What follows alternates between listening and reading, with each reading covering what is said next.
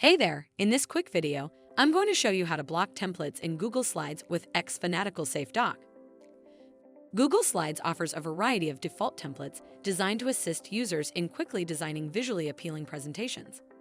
While templates in Google Slides offer pre-designed layouts for creating presentations, they may unintentionally limit students' creativity, encourage shortcuts, or lead to inconsistent learning outcomes. By blocking templates, educators can ensure that students build their presentations from scratch, enhancing critical thinking and design skills. So how do you block templates in Google Slides? That's where xFanatical Safe Dock comes to the rescue. This powerful tool helps educators by blocking templates in Google Slides, encouraging students to engage more deeply with their assignments, fostering creativity and critical thinking. Setting it up is a breeze.